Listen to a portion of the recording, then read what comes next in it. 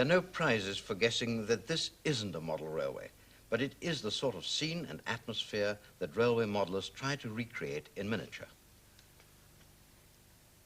But before you rush off to build your model railway, you ought to plan it, and plan it carefully. Now, this is an example what a plan like this looks like. Here you are, track diagram. It shows you your turnouts, it shows you your platform, it shows you the structures here, station building, engine shed, everything. It gives you a chance to look at the capabilities of your layout itself. And if you are even more ambitious, you can build a model of the model itself, like this one here. This is very large, it belongs to a club, and it shows very clearly what you can do. Now let's take this little baseboard here. Here you see the two levels of the track. Very clearly, you see the contours of the countryside, and if you turn it over, you can even see the construction of the baseboard itself. And this is the moment when you can make your mistakes and rectify them. But there are two ways of building a baseboard. One is to put a solid top, like this one on here. We covered this area completely just to show you.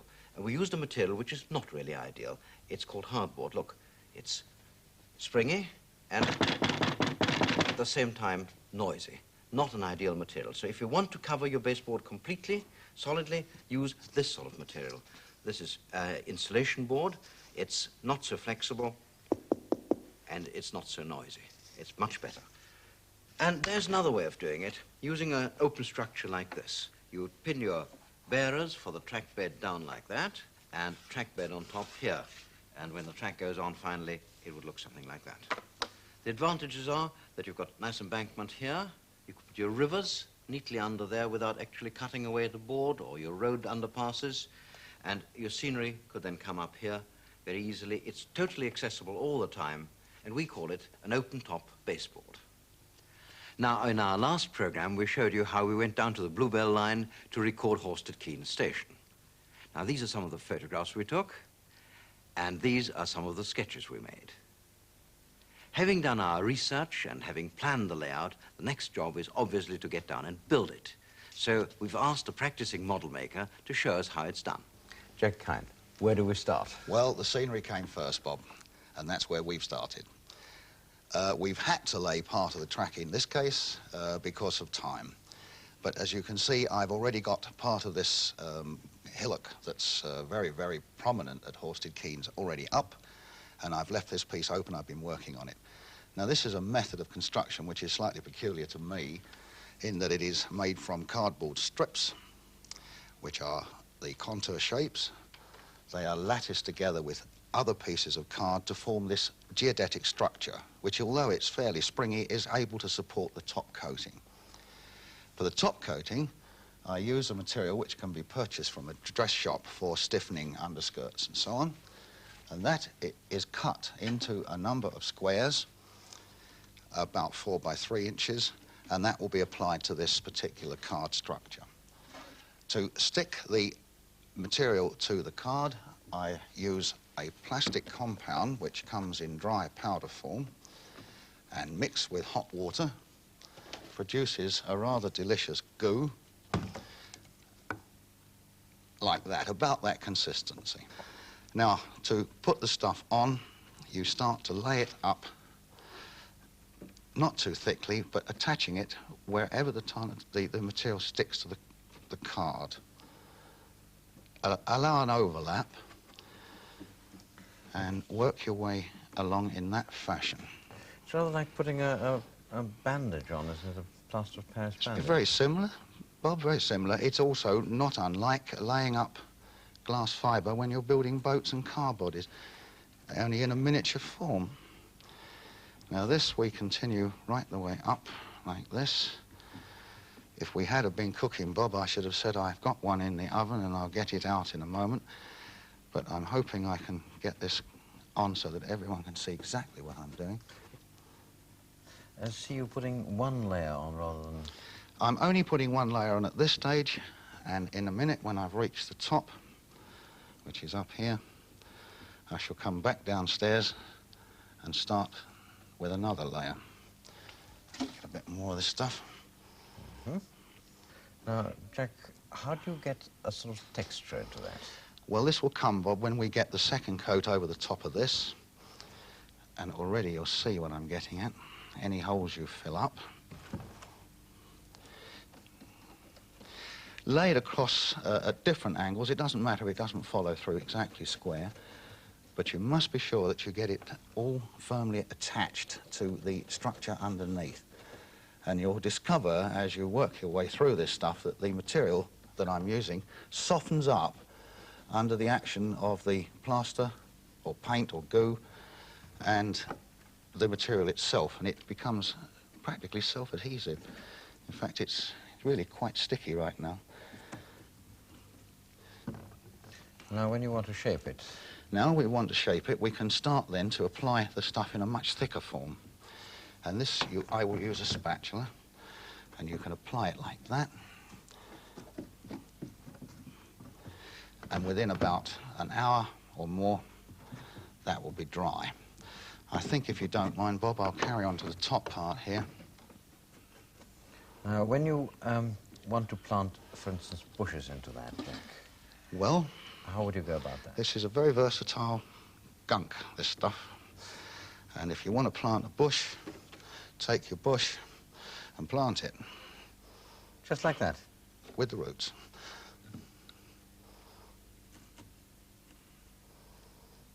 That's firm.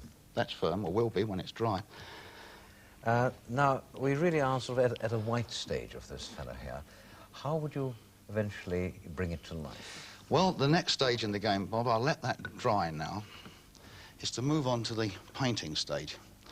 And for that, you will need some emulsion paint, some good brushes, a palette, and some watercolour paints. These are artist watercolours. And I'm already, having laid this particular part out, decided where the grass is going to go, where this particular scree has come. You see how it can be modelled up. Mm-hmm. And by applying your paint to that particular scree, it goes into the texture, and immediately you'll see what will happen. I'll pick an earth line, which I know is a bit lower down, around about there. And I'll work. Now, can you see the way the colour begins to run into that? It comes to life. And all that texture is picked up immediately by that.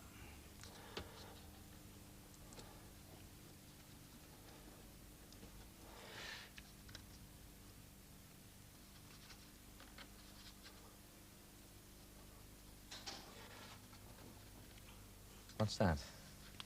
That's, I'm just getting the colours darker. I'm using umber and black at this stage because I'm trying to get this scree to come really high.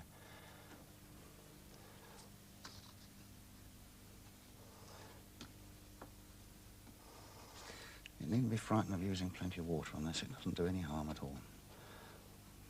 Can you see the way that texture picks up with the colour run on it?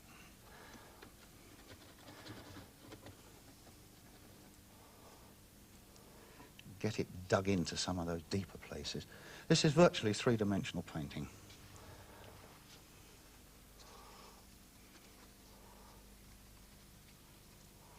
Well, let's leave Jack Kine with the painting and talk a little about track laying.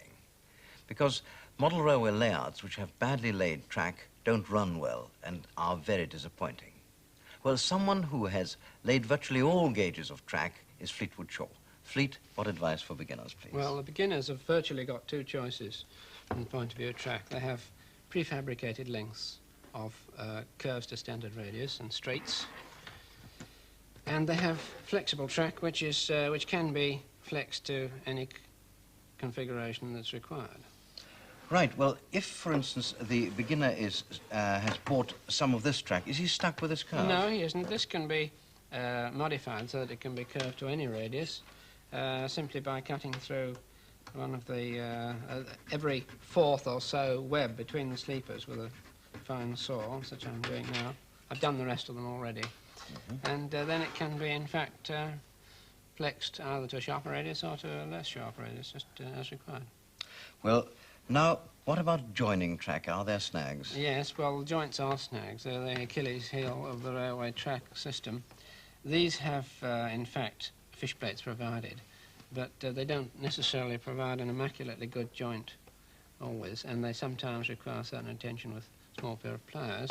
And if there's any suggestion of a bump, this again can be rectified using a small Swiss file, a few strokes, and the feel of the finger is the best test as to whether it's right or not.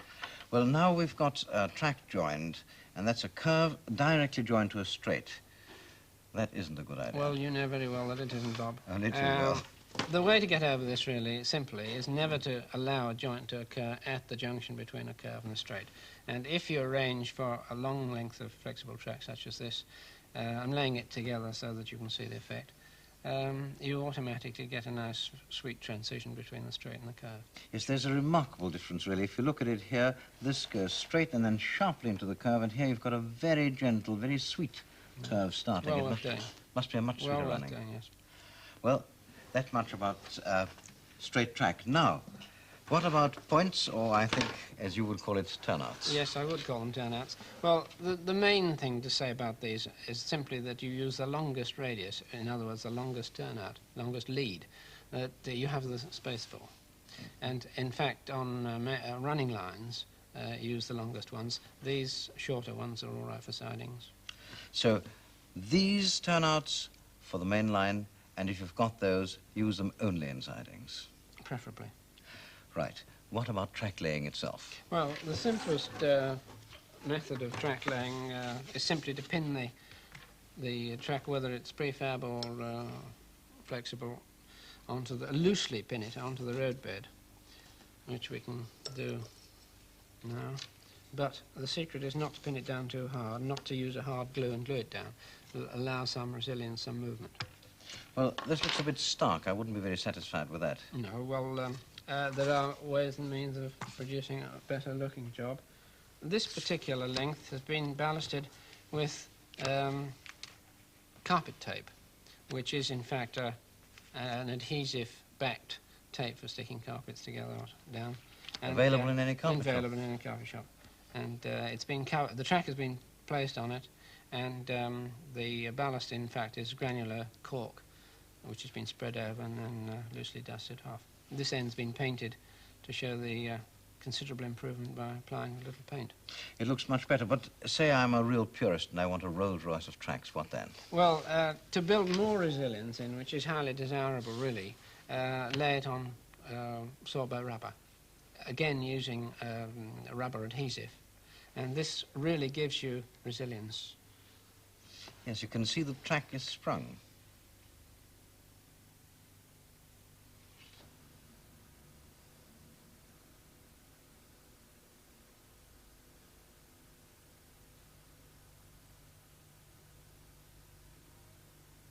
The same spot 2.5 hours later. Well, I think it's quite remarkable what Jack's been able to achieve. Just look at it. That cliff, that little promontory, and you can see where the water that's come down has cut a little runnel in the cliff face, and it's gone down and taken some of the cliff with it, and a little shrub growing at the bottom.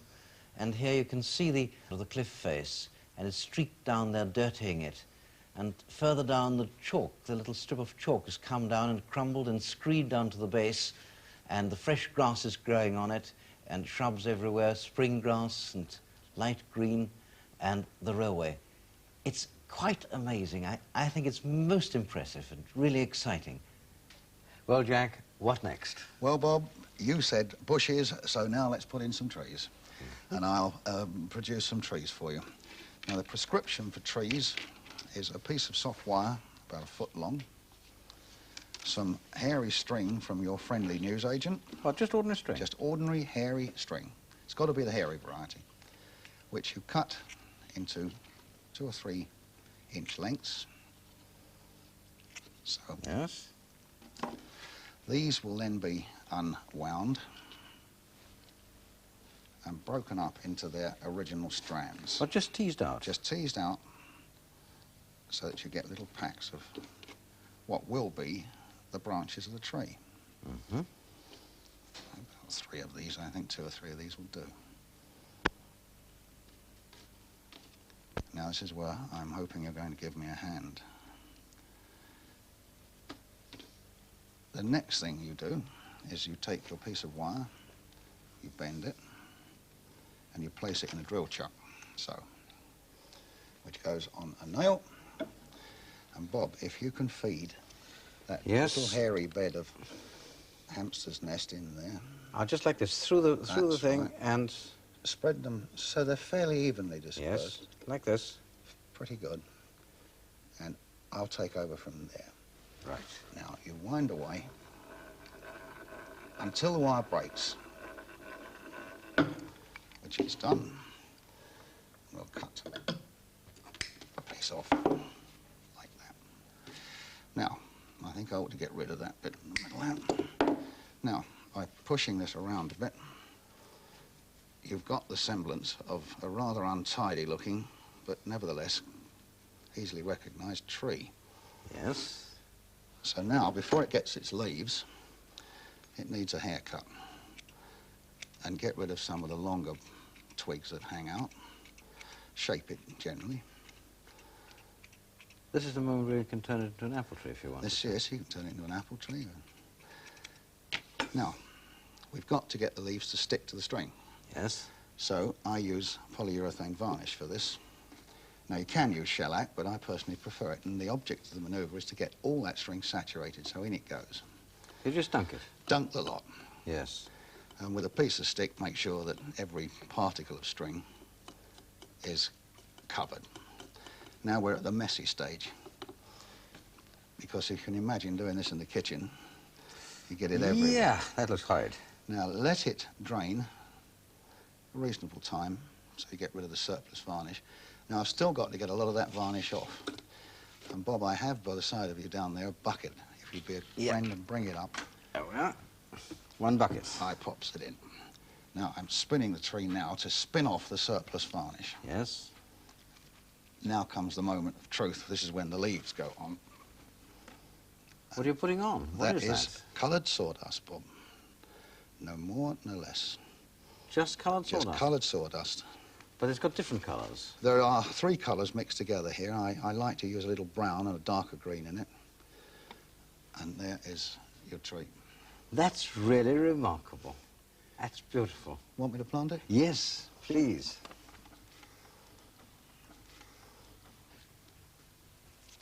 But I think that is quite remarkable. It looks perfect.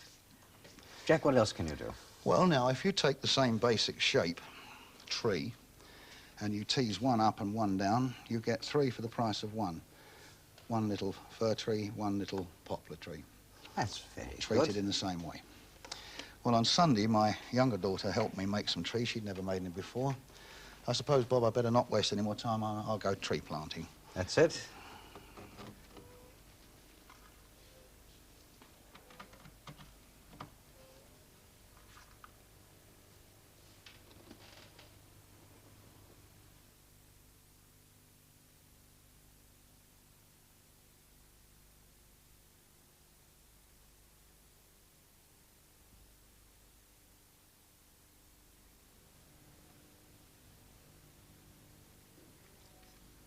Well, the scenery is virtually completed, Jack. What about the buildings now? Well, we took the photographs and drawings, and from those, I started work now on the main station. It looks fabulous. It looks terribly complicated. No, it isn't, Bob. It is only a series of boxes. That's all it is. One alongside the other. Nicely, carefully cut. Everything nice and square. Time taken is well worth it. They look complex. The window frames and the door frames and things may look a bit complex, but in fact they're not. What's the material you're using for this? This is a plastic card, fairly thick for certain areas and thin on others. But I mean, you can get the feel of the stuff quite easily to get the thickness of the lintels right, etc. It looks really wonderful. What does it look like when you've painted it on the other side? I've painted the other side, as you can see. And I think to show it, I'll put it down in position. Make sure that I don't overhang the platform, that's right. It really looks superb. It really does look good. That roof is weathered, it's got lichen on it. That's here, yes. I see you've even got the pointing on the chimney there. How do you get this extraordinary effect on the brickwork? Well, Bob, the card is embossed, and it is painted with oil paint. Oh, this is the material This it's is made the material of. it is made from. It's an embossed card. The brickwork's already embossed, but you can't see it because the pointing is too dark.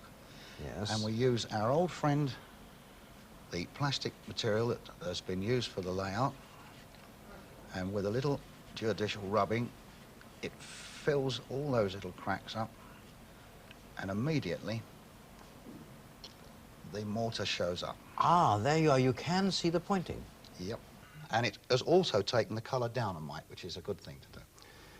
Yes, well, this is quite remarkable. But now look at the canopy, for instance. That's aged and weathered, and it's got a sort of wet look about it, Well, hasn't that's achieved again by thinning out the paint, and the final wet look is achieved by, well, I hope the wife doesn't mind, I pinched some of her hairspray. it? Well done. The main station building, the long one. Again, I've only started work on this. I haven't finished the roof or the underside, but that pops in there. That looks very smart. I think we ought to put a signal box in. Now, this, as opposed to these two, which were scratch-built, was made from one of the paper kits. Ah, yes. It's a paper kit. Yes, and it's remarkably like the Horsted Keynes signal box, which is rather nice. I've changed the windows a little, that's all. And Bob, perhaps we Shall I could put pop it in that for you? Thank you. Right. There we go. I think that's where she went. Nice and square. Lovely. That's it. There she is. And I think, finally, Bob, a little hut, which should go in somewhere. The bothy. Without a bothy, no railway is complete. Is There that she so? goes. Nice and square again. And home and dry. Well, Jack, we've got so far. But what else have you got to do? A lot of work yet, Bob. The station roof to be completed, chimneys to go on, steps into the subway, handrail round it, people, bicycles, a load more work. But one thing we do need, and I think we can get it now, and that is something every layout needs, and that is a backcloth, a sky. So if you like, I'll call one up. Okay, boys, lower it in.